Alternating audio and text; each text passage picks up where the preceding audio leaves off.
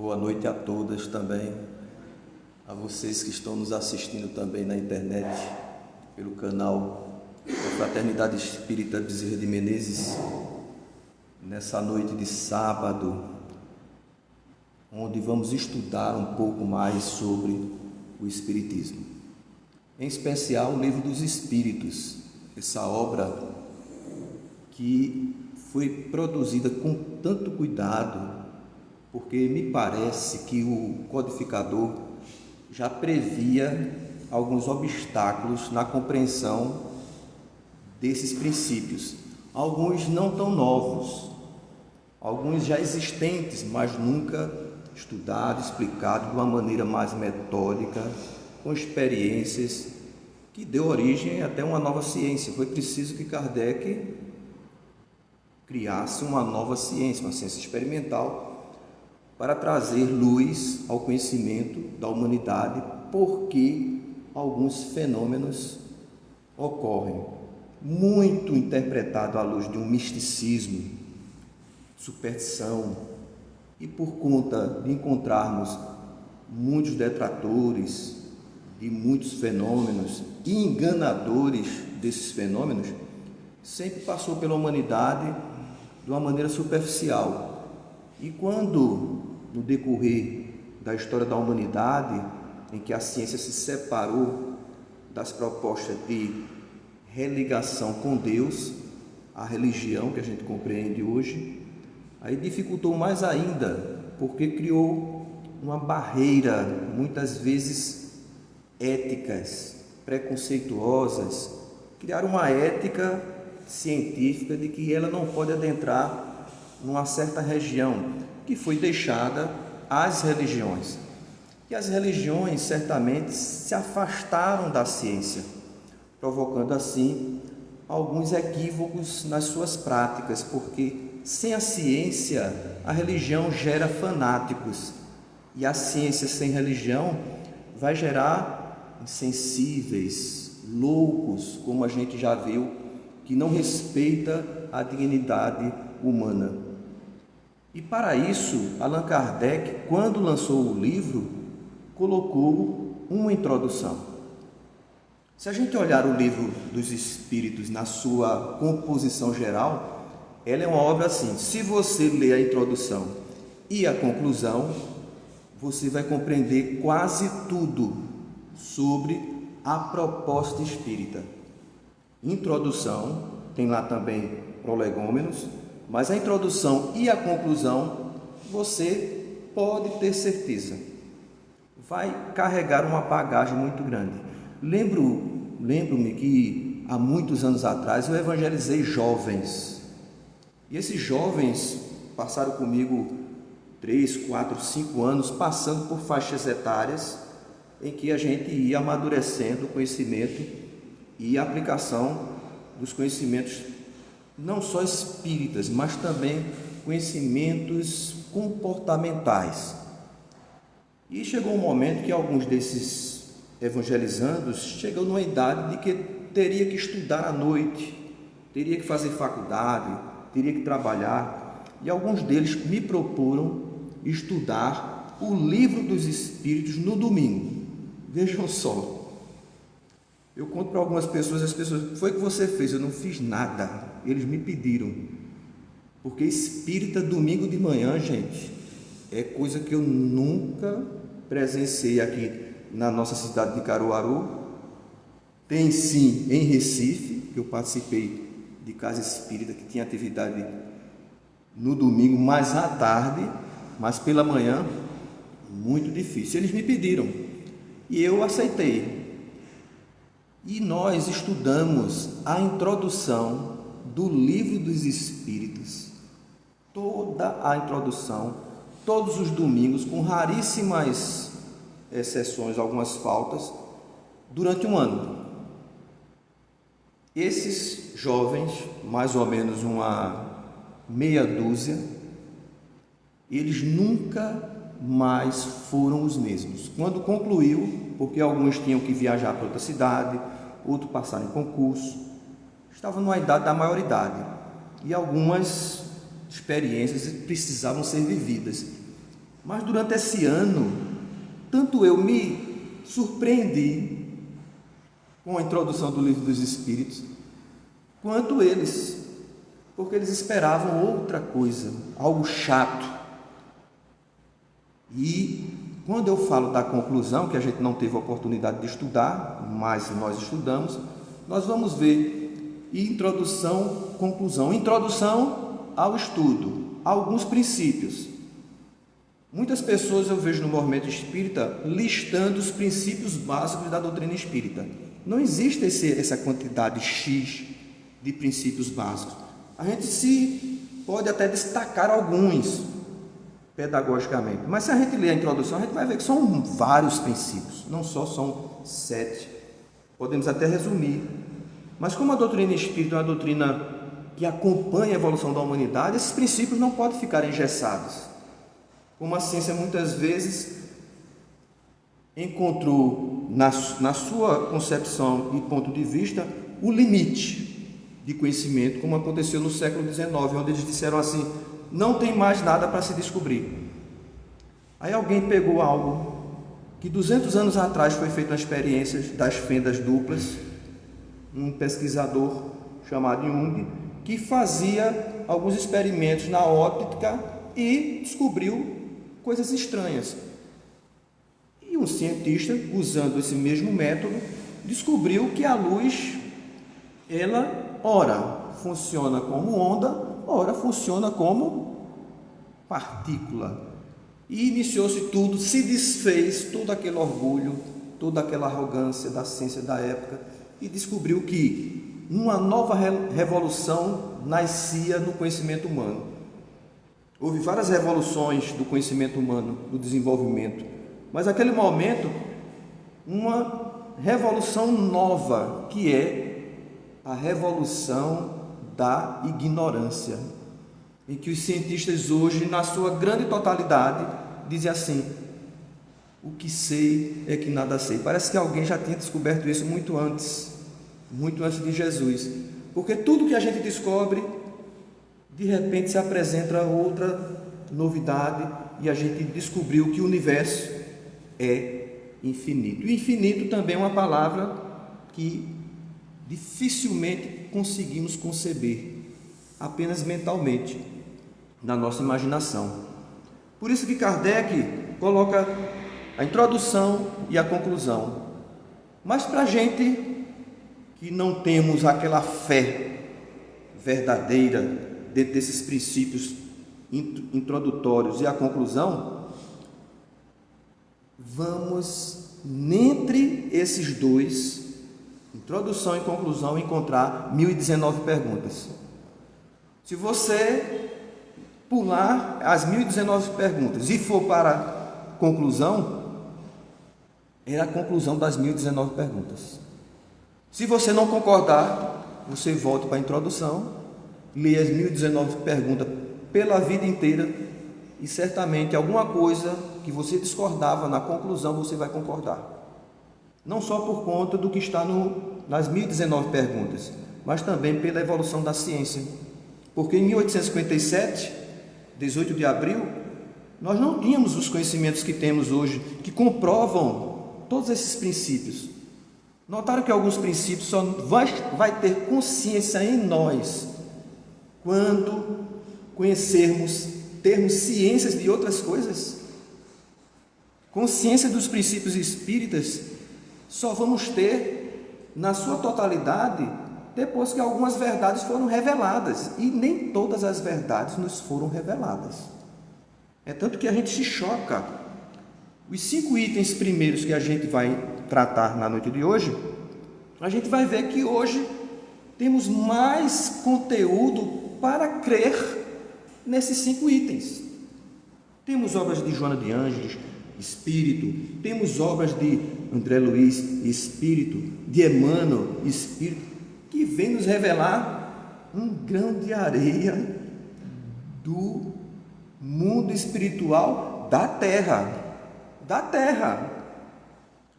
E nós temos trilhões de planetas e trilhões de planetas em todo o universo. visível, porque há ainda um universo que não podemos alcançar. Notem que o Espiritismo, apesar de ser uma filosofia, se abrirmos o livro dos Espíritos, vamos encontrar lá, filosofia espiritualista. Aí a grande dificuldade de Kardec no primeiro ponto da introdução. Como definir essa nova doutrina? Já que as palavras já estão viciadas. Anfibologia, palavras que têm duplo sentido. Espírito. Espírito já é usada por muito tempo. Espiritualista ou espiritualismo, como está no próprio título da obra, Filosofia Espiritualista. Por que Kardec colocou lá espiritualista? E não só filosofia, que é uma guerra só no movimento espírita hoje, em alguns adeptos, de querer que o espiritismo seja só filosofia. Mas a própria introdução da obra, na primeira página, nós vamos encontrar lá Kardec a dizer filosofia espiritualista. Então não podemos separar o princípio inteligente, a parte espiritual, do conhecimento. E toda vez que a gente fala em espiritualismo, entra o espírito, a alma. E se entra a alma, já nos convida ao Criador. E ao convidarmos ao Criador, propõe-se aí uma pesquisa de como nos relacionar, já que somos criaturas, como nos relacionar com esse Criador. Nasce aí religião, talvez sim, talvez não para alguns, mas não importa, as palavras dificultam muito o nosso entendimento na atualidade, como nós vamos apresentar hoje aqui. E Kardec resolveu dar um nome para essa nova doutrina: Espiritismo. Não existia esse termo, apesar de encontrarmos em algumas Bíblias a palavra Espiritismo. Essa palavra só foi usada pela primeira vez por Allan Kardec. Então, no Antigo Testamento não existia, no Novo também não. Então, se vocês encontrarem aí qualquer tradução das Bíblias, as completas, as incompletas, Espiritismo só deu-se início como termo, identificação de uma doutrina, após Allan Kardec definir como tal.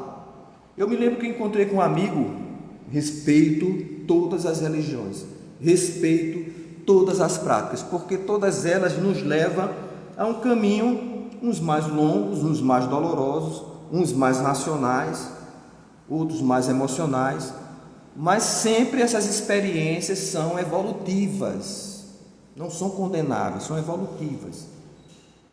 E esse amigo chegou para mim que ele fazia parte de um grupo de pessoas que se diziam espíritas. E eu fiquei surpreso, porque eu, José Soares, a gente participa muito de reuniões com os dirigentes aqui da nossa cidade e outros, e eu não conhecia essa nova instituição. E ele disse que essa instituição usa as obras de Allan Kardec. Que bom, meu amigo. Aí ele disse: e onde é que fica? Aí ele identificou o local e me falou que nas reuniões lá, eles têm uma reunião muito diferente da nossa, mediúnica. Não é nem mediúnica, é uma espécie de estímulo anímico ao transcendente. Eles tomam uma bebida alucinógena e todo mundo começa a ter viagens astrais. E eu me lembro também que ele me disse o seguinte, que nós éramos irmãos de doutrina. Eu disse: não, irmão não, primos, porque o Espiritismo, nos seus princípios, não usa qualquer tipo de experiência com objetos, apetrechos, roupas especiais, bebidas alucinógenas, búzio, cachimbo, cigarro, qualquer tipo de culto exterior não faz parte da proposta espírita. Você é adepto das obras de Allan Kardec, mas naturalmente vocês precisam estudar essas obras. Não basta apenas tê-las em cima da mesa, é preciso que se estude, Porque, conforme Kardec coloca na introdução, é uma doutrina para pessoas sérias que querem estudar seriamente esses fenômenos e extrair conteúdos morais para a sua felicidade. Não é uma doutrina que você se torna adepto. Inclusive, ele até colocou lá que os adeptos do espiritismo podem ser chamados de espíritas. Mas como espíritas também já havia um duplo sentido para a palavra, ele achava melhor, até hoje eu tento me acostumar com isso, nos colocarmos como espiritistas. Isso aí também não tem lugar nenhum, é nosso. Então, espiritismo e espiritista é nosso. Mas no decorrer dos anos, dos séculos, nós vamos ver culturalmente no nosso país pessoas que se dizem espíritas e adeptos do espiritismo, mas são de outros cultos, crenças, religiões, principalmente algumas religiões afros, que foram perseguidas no começo do século retrasado, e por conta dessa perseguição, Bezerra de Menezes, que era político na época, conseguiu afrouxar a lei, permitindo que o espiritismo pudesse se manter aberto, porque essas crenças afro na época faziam muitos sacrifícios de animais e até de pessoas naquela época. Então, abriu-se exceção para que algumas casas sérias, de cultos africanos sérios, eles passaram a colocar tenda espírita fulano de tal, porque eram sérias essas crenças. E, culturalmente, passou-se às pessoas a impressão de que todo esse tipo de ligação com o fenômeno espiritual, mediúnico, é um fenômeno de ponto de vista espírita, com explicações espíritas. Nem tudo em que se faz uma relação com o mundo espiritual é espiritista, porque essa ligação e esse contato com o mundo espiritual sempre houve desde a antiga Grécia, a Grécia Antiga, em que as pitonisas traziam comunicações. O próprio Sócrates foi uma pitonisa que disse a ele que ele era a pessoa mais sábia lá da Grécia. Ele não acreditou e foi atrás saber se era mesmo. Depois ele descobriu que era.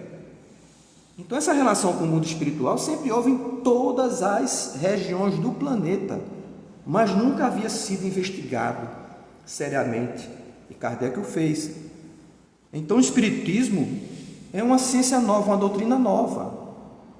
E, posteriormente, Kardec, na introdução, vai também fazer um embate de uma definição das mais difíceis de achar harmonia entre as crenças, que é a palavra alma. A alma, essa sim, está contaminada por inúmeros conceitos. Mas Kardec, ele é tão inteligente que ele mostra-nos, resumindo genericamente, que há 3 tipos de crenças sobre a existência da alma. Então, há pessoas que acreditam que a alma é a fonte da vida material. Mas Kardec vem nos mostrar que existe um fluido, sim. Um fluido que vitaliza os corpos orgânicos, como as plantas, os animais, os homens. Mas não é a alma, é um fluido. E Kardec diz que há a crença de que existe o princípio da vida material, e na mente de muitas dessas pessoas é a alma. O segundo resumo geral sobre a crença sobre o que é a alma é que algumas pessoas acreditam que a alma, ela é um pedacinho de Deus ou do universo, em que essa inteligência é uma inteligência geral e nós somos pequenos pedaços dessa inteligência que encarna, não reencarna, encarna. Depois você vive e morre e essa inteligência volta para esse todo universal. É o panteísmo. E o panteísmo, como qualquer doutrina se divide em vários pontos de vista, mas, no geral, esse conceito. Inclusive, nós temos hoje o panteísmo moderno, não é? Contemporâneo, em que as pessoas começam a misturar alguns princípios espíritas ao panteísmo. Eles não falam em Deus. Nós convidamos certa feita, durante a pandemia, uma pessoa para fazer uma palestra. E eu estranhei, porque ela só falava em universo. Deus nunca. E eu assisti aquela palestra e o universo. E ela falava da lei de causa e efeito. A lei de causa e efeito dentro do panteísmo é assim, é o bate e volta. Já ouviu falar bate e volta? A lei de causa e efeito, você fizer algo, o universo devolve para você. É o bate e volta. Mas o princípio em que a gente acredita e usa esse termo lei de causa e efeito, que não foi Kardec que definiu, não existe esse termo na codificação, em nenhuma parte da época, revista espírita, não existe lei de causa e efeito. Lei de causa e efeito veio através das obras do André Luiz, algumas definições do Emmanuel. O que Kardec usa é justiça divina, e a justiça divina não é bate e volta, e nós espíritas muitas vezes cremos assim, porque é a lei de Italião, bate e volta. Se você matar, vai ser morto. Mas eles, tudo bem, mas eles não colocam Deus nos seus conceitos e princípios, é sempre o universo. E muitas vezes, coisas morais. Mas se você não integra Deus, os princípios da sua justiça, sem a sua misericórdia, a gente vai transformar Deus no Deus humano, que gera castigo, que se irrita. Então esse universo, vocês vão notar, ele sempre tem inteligência. Ele perdoa muitas vezes, ele condena também muitas vezes, mas nunca é Deus.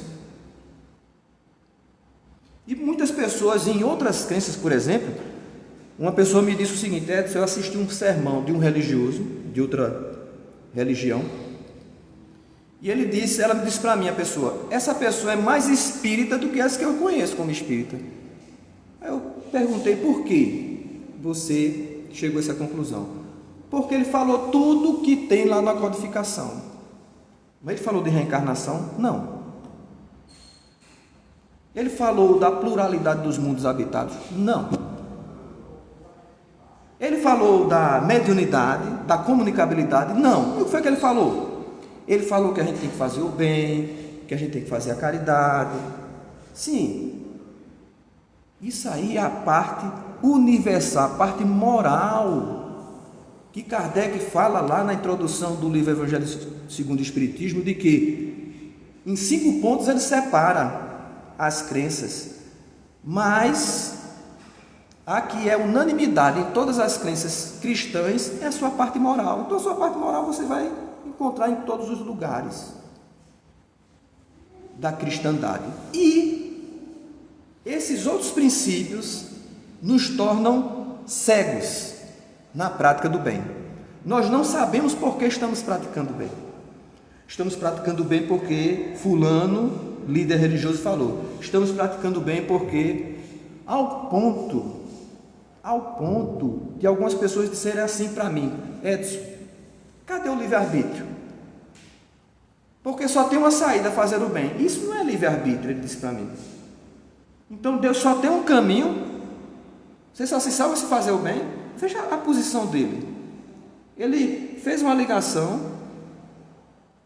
porque está preso ao único princípio, que é o moral, e se você não fizer o bem, vai para o inferno, na crença dele. E nessa crença, ele acha que não tem livre-arbítrio. Ou você faz o bem, ou não for, ou vai ser condenado. Isso não é livre-arbítrio. Eu digo, é porque você não compreende alguns outros princípios para entender por que tem que fazer o bem. Você não entende sobre reencarnação, pluralidade de mundos habitados, a lei de evolução do espírito, de como o princípio espiritual é criado. Ele não é criado pronto. Então são esses princípios que embasam a fé racional e emocional. Porque cuidado, gente, com esse termo fé racional. Porque fé racional muitas vezes nos leva a uma posição muito presa. Porque se alguém disser assim, Edson, eu vou transcrever para você, lhe explicar como é o frio no Polo Norte. Aí ele vai chamar biólogos, matemáticos, e ele vai me apresentar aqui, racionalmente, como é o frio você estando no Polo Norte. Eles vão me fazer compreender a partir da razão, explicando a neve, o gelo, o frio. Aí eu já tenho experiência com gelo, com a geladeira, com sorvete, tenho uma ideia mais ou menos. Mas nunca a razão vai nos trazer a sensação verdadeira se a emoção não estiver integrada à experiência. Eu tenho que ir no Polo Norte, sentir o frio, e não vou precisar mais de matemático, de biólogo, porque eu cheguei lá e senti, sentimento, experiência. Então essa experiência foi necessária, sem precisar que racionalmente alguém me explicasse. Então fé racional, nem sempre nós devemos entender que ela está separada da experiência. Porque tem muita gente, eu me incluo também, que certas verdades do Espiritismo eu preciso primeiro passar por algumas experiências para tê-la como consciência. Ela está em mim como conhecimento. Mas eu não experimentei ainda. E na rota, na jornada evolutiva, a gente vai ter que experimentar. Por exemplo, nas minhas análises, eu nunca fui mulher. Não existe nenhum piozinho. É tanto que nem cabelo eu tenho. Da feminilidade. E sim, muita masculinidade. Quando eu falo isso, na questão de polaridade psicológica. Mas eu vou precisar passar por essas experiências para saber. Não necessariamente como uma obrigação, mas sim como uma necessidade que eu vou querer. Eu vou pedir para saber como é a maternidade, como é essa experiência feminina. Muitos vão dizer assim, Deus me livre, os materialistas, mas aqueles que evoluem e descobrem que aprender liberta, vai querer essa experiência. Tanto quanto as pessoas que nascem na polaridade feminina, uma certa passividade espiritual, ela vai chegar um momento que vai querer sim, eu quero passar por essa experiência para saber. Aí a gente pergunta, tem que ser obrigatoriamente isso? Não. Se você conseguir desenvolver esse sentimento sem a necessidade da experiência, tudo bem. Mas eu acho um pouco difícil no nível evolutivo em que nos encontramos. Por isso, Kardec viu na palavra alma muita dificuldade, porque são tão amplas. Por isso que é uma filosofia, os entendimentos, que a alma panteísta não pode também responder a certas questões. E ele, na sua terceira, e que ele adota, ou melhor, na introdução ele propõe, e vai explicar no decorrer da obra o porquê a alma é uma individualidade, não é parte de um todo, ele é uma individualidade diferente da matéria e que carrega o atributo da inteligência. Esse é que ele propõe, depois desses 5 primeiros pontos, para que possa se estudar, porque não é uma obra imposta, é uma obra de estudo. Não se pode ler a obra uma única vez e dizer assim, agora eu já sei. E ele coloca a palavra alma dentro da identidade da proposição do estudo sobre a filosofia espiritualista espiritista, para os espiritistas. E ele também vai trabalhar a questão dos fenômenos. Qual a origem? Porque desses 2 pontos são palavras. Depois ele vai mostrar onde originou, de onde originou essa doutrina. E vai nos mostrar que foram os fenômenos espirituais, as mesas girantes. Foram os fenômenos que o atraiu. E nessa atração, atraiu adeptos e detratores. E a gente vai encontrar muitas pessoas que vão encontrar justificativas plausíveis para que a gente não creia nos princípios espíritas. Plausíveis na razão, mas não responde às problemáticas da emoção. Só responde os efeitos físicos. Não conseguem, de forma alguma, atrair respostas para as questões da alma, que ele já introduziu a princípio. Por exemplo, os materialistas dizem que todos esses fenômenos espirituais são efeitos físicos. Tudo bem, que seja, Kardec assim o diz. Então vão estudar? Estudaram. A ciência buscou resposta na época. Teve um corajoso, William Crookes, cientista premiadíssimo na Inglaterra, Sir William Crookes. Ele teve um contato com uma médium e com o espírito em reuniões de materialização, da qual ele, após perder o irmão mais novo, ele queria uma comunicação, buscou com o médium, e o médium pediu para ele investigar. E ele tomou coragem e investigou, através de uma médium. E esse espírito se materializava, e ele, como cientista, tem um método, escreveu uma obra sobre essa experiência. Mas fora ele, talvez não era cientista, mas temos Arthur Conan Doyle, que escreveu aquelas obras sobre o grande detetive, né? Sherlock Holmes. Ele escreveu uma obra, A História do Espiritismo. Estudei essa obra fantástica, Arthur Conan Doyle, que é contemporâneo da época de Kardec. E, gente, ninguém mais investigou. Mas se eles dizem que é feito na matéria, por que não investigam?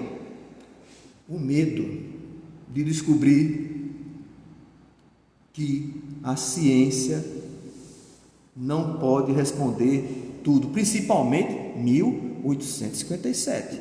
Naquela época em que a ciência dizia assim, nós já sabemos de tudo, mas o temor de investigar aquilo que no decorrer da história deixaram com as religiões. E Kardec disse, por que não estudam? Por que não tentam? Então Kardec tentou, criou uma nova ciência, e a partir dessas experiências ele foi catalogando e vendo que as primeiras comunicações eram muito trabalhosas. Gente, imagine você escrever paralelepípedo. No francês eu não sei nem se tem. Letra A, o alfabeto, cada letra era um número. Aí você chama letra Z, A, B, C, D, E, F, G, H, I, J. Ia batendo. Quando parava, aí já anotavam lá e sabia a letra tal. Eles tinham uma tabelazinha, aí escreve. Imagine uma carta psicografada por um morto. Um livro do tipo Memória do Suicida, desse jeito. Eu acho que Ivone Amaral Pereira desencarnava e não terminava o livro. Então era muito trabalhosa. Numa dessas comunicações trabalhosas, os espíritos disseram assim, por que vocês não pegam um lápis, uma plancheta com rodinhas, e na ponta da plancheta um lápis, um papel embaixo, e as pessoas colocavam a mão na plancheta e ela se movia e escrevia. Só que tem um detalhe, algumas pessoas disseram assim, mas aí tem um problema, eles estão empurrando com a mão, o médium está fazendo o movimento. Aí surgiu uma contraprova aos detratores, a caligrafia. Nas comunicações, as caligrafias batiam com os mortos. E todo médium, ele escrevia com caligrafias diferentes. Aí o cara tem que ser um artista, né? E outra coisa muito peculiar era a inteligência das mensagens. O conhecimento profundo de algumas mensagens. Outras eram frívolas, mas outras eram de um conhecimento, de uma bagagem intelectual e moral, de uma lógica que não poderia ser do médium. Alguns médiuns, como Hermance Dufour, eram crianças de menor. médio de 16, 14 anos, 13 anos, como ela poderia ter esses conhecimentos? E outra coisa, a universalidade. Quando os espíritos recomendaram escrever com a prancheta, não mandou lá somente a Kardec, mandou para o mundo inteiro, para toda a Europa e Estados Unidos, ao mesmo tempo. E como naquela época não tinha WhatsApp, Kardec só foi descobrir isso meses depois, quando ele recebeu cartas, que ele recebia carta de todo mundo, mensagem de todo mundo, e ele notou que na mesma época, em diversos lugares do mundo, mensagens idênticas, com o mesmo teor, algumas palavras diferentes, naturalmente, mas com o mesmo teor intelectual e moral. Universalidade. E a prancheta foi indicada em vários lugares do mundo ao mesmo tempo. Lembram-se de Eurípides Barçanufo? Da história desse grande médium e médico brasileiro, numa cidadezinha do interior, católico daqueles, tanto que a chave da igreja, ele ensinava as crianças, era com ele. A cidade toda o tinha como referência. E um tio dele, fazendeiro, sabe o que é aquele fazendeiro em Minas Gerais, no século XIX, naquela época da gripe espanhola, do século XX, que ele viveu também, de repente, porque Eurípides Barçanufo morreu de gripe espanhola. Olha, gente, grande espírito. Abri aqui um parêntese, um espírito que teve contato com Maria de Nazaré, para vocês terem ideia. Morreu. Então, olha, morre gente de bem e gente de menos bem. Isso é importantíssimo. Mas Eurípides Barçanufo era muito culto, uma pessoa muito culta, e viu o tio dele na fazenda, numa reunião mediúnica, espírita, dar comunicações que ninguém entendia. Ninguém entendia. Foi um dia que Eurípides viu o tio dando uma psicografia, que ele disse assim: tem alguma coisa errada aí, porque ele combatia o espiritismo. Não combatia, vamos dizer assim, com unhas e dentes, mas ele negava, por ser muito católico. E o tio recebeu uma mensagem que só Eurípides poderia conhecer e entender. Ele olhou para o tio assim: tio, essa mensagem não é sua, tem alguma coisa aí. Aí pegou uma obra de Leon Denis. Pronto. A obra deu início aí a um dos maiores espíritas e do fenômeno também. Então Kardec viu que havia uma inteligência por trás daquilo tudo. E com essas experiências ele poderia trazer contraprovas aos detratores lógicas. Alguns cientistas hoje dizem o seguinte: numa reunião mediúnica, quando você recebe uma comunicação, é porque por telepatia você pegou de alguém perto. Mas essa telepatia não dá para você, por exemplo, pegar alguém na Europa. Mas só que eles não conseguem explicar o seguinte: como é que pode, numa fazenda de pessoas analfabetas, que não tem como passar a telepatia de conhecimento, para as mãos de uma psicografia de um médium ou de uma prancheta? Então são essas contraprovas e provas da existência desses espíritos, dessa inteligência que sobrevive à morte, que Kardec usou para introduzir o estudo do espiritismo, que a partir do item 6 em diante inicia-se o estudo. Vocês podem comprovar lá. Ele dá esse princípio através desses 5 itens da introdução e propõe, primeiro, a existência da alma dentro do entendimento de que ela é uma individualidade, tem como atributo a inteligência e tem também outro ponto importantíssimo da alma, que é a sua capacidade de evoluir. Aí a gente vai encontrar 4 partes do Livro dos Espíritos, em que as 2 primeiras não tratam nada mais, nada menos do que fenômenos espirituais. Mas como ela é uma filosofia espiritualista, há necessidade das consequências. Vamos encontrar na 3ª parte do Livro dos Espíritos as leis morais, que não são leis absolutas, são leis propostas. E notem, a partir desse estudo a gente conclui o seguinte: o ato em si não determina a responsabilidade. As consequências do ato é que vai definir a responsabilidade daquele que agiu. Isso é totalmente contrário a esses princípios aí do bate e volta. Porque se você chutar alguém, esse alguém vai lhe chutar. Mas se você chutar Jesus, o que é que vocês acham? Vou chutar Jesus. Olha, colocaram Jesus na cruz, colocaram um prego nele, uma cruz de espinho, sangraram ele. O que é que aconteceu? Ele deu um pontapé de volta? Não. Então, o Espiritismo é mais uma filosofia espiritualista que deu origem a uma ciência, mas essa ciência nos leva a uma consequência moral. Aí Kardec diz: querem chamar de religião? Podem chamar, não tem problema.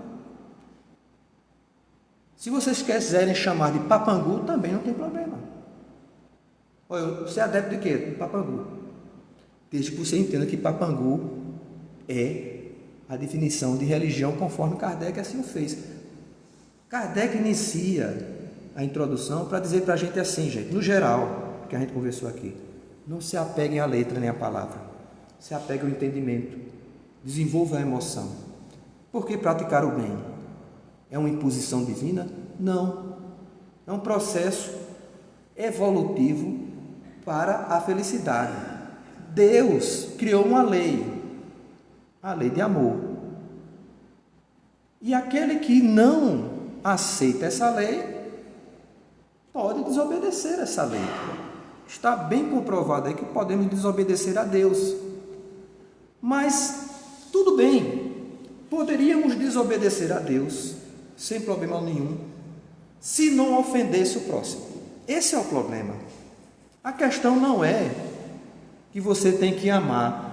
O problema é que você não pode ofender o outro, porque gera um ciclo de mágoas, de dor, de sofrimento.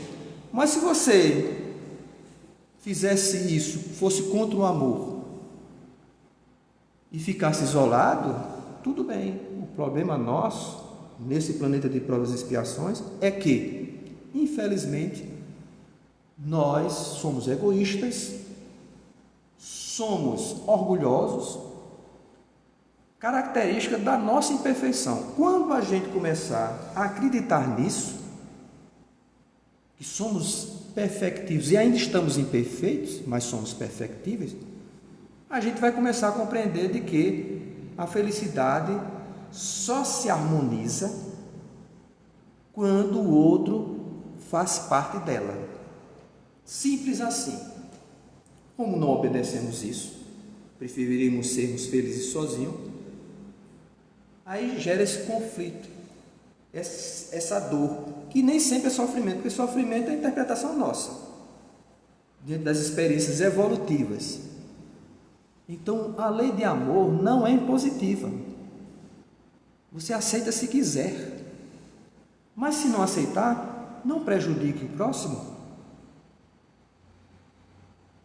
Porque quando você não prejudicar o próximo, naturalmente, sem que você perceba, você está estabelecendo no seu comportamento a lei de amor. Então, que Deus ilumine essa instituição, essa casa de trabalho e oração.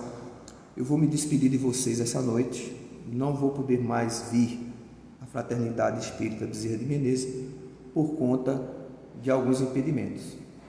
Então, me despeço de vocês. Não venham mais esse ano, só vou vir no ano que vem. Que Deus ilumine a todos vocês.